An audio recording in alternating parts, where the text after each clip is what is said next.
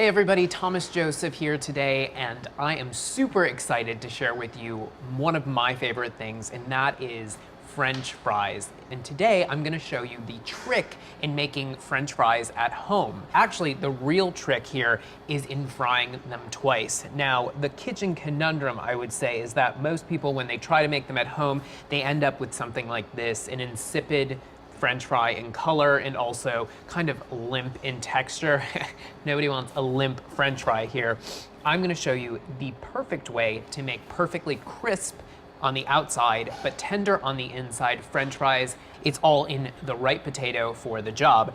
I have a russet potato here, and a russet potato is great because it's high in starch and it's low in moisture. Those are the two good qualities that you need for making French fries. A Yukon Gold or new potatoes, they're low in starch and high in moisture, and you want to avoid that. Moisture and oil, they don't really work together.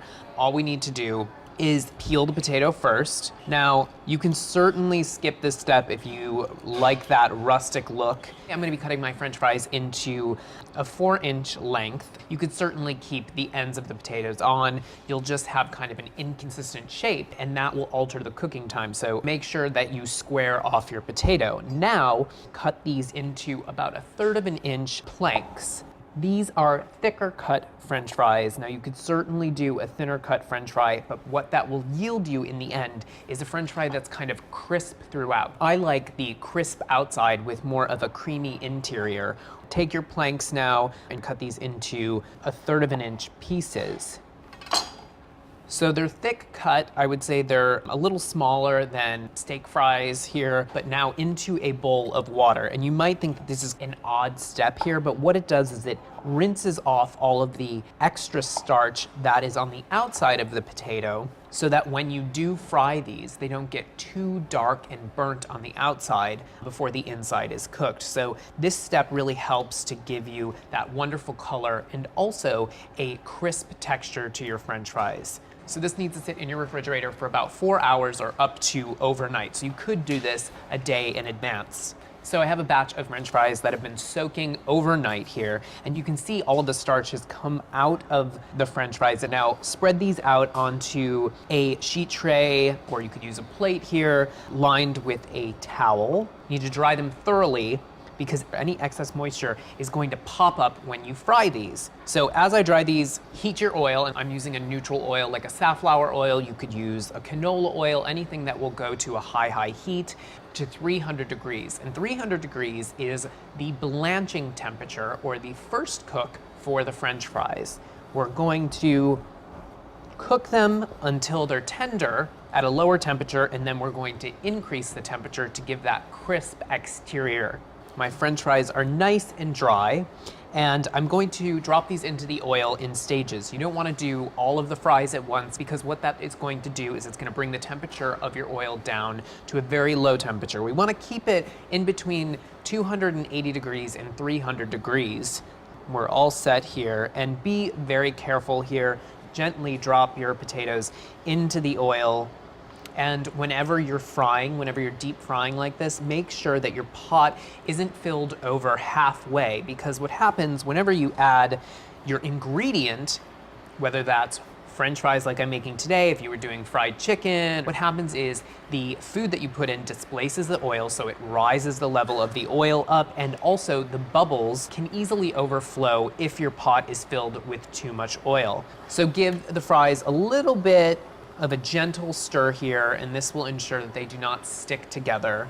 And these are going to cook at 300 degrees for about 3 to 4 minutes. And at 3 minutes, fish one of the fries out, break it in half, and see if it's almost completely cooked in the center. If it is, we know that that's perfect, and we're gonna remove them to a wire rack. So it's been about 3 minutes here. I'm just gonna fish one of the fries out to see if it is in fact time to remove them from the blanch.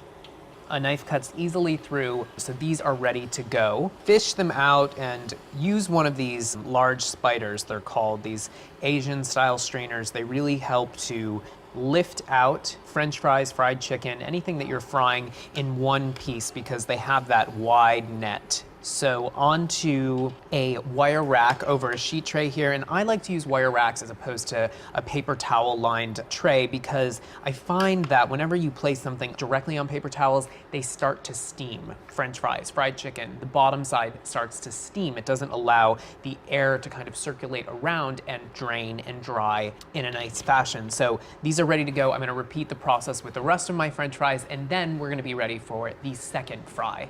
My oil temperature is up to 350 degrees, and now we're ready for the second fry. And that gives that wonderful color and that crisp golden crunch on the outside of the French fry. You can blanch them in advance up to 4 hours before this final fry. Use your fingers here because if you use tongs, you're going to break your French fries into smaller pieces since they are almost completely cooked. You want to be gentle with them. So just give the fries a little bit of a stir. It's the same thing here. You want to agitate the fries just a little bit so that they don't stick together. And now these will fry for about 4 to 5 minutes until they're a nice golden brown color and the outside is crisp. So it's been about 5 minutes. The fries are nice and golden brown, and again, transfer them to a wire rack to drain and cool slightly. But while they are hot, you want to make sure that you sprinkle them with some fine sea salt. Now you could use regular kosher salt here too. I just like the flavor of sea salt.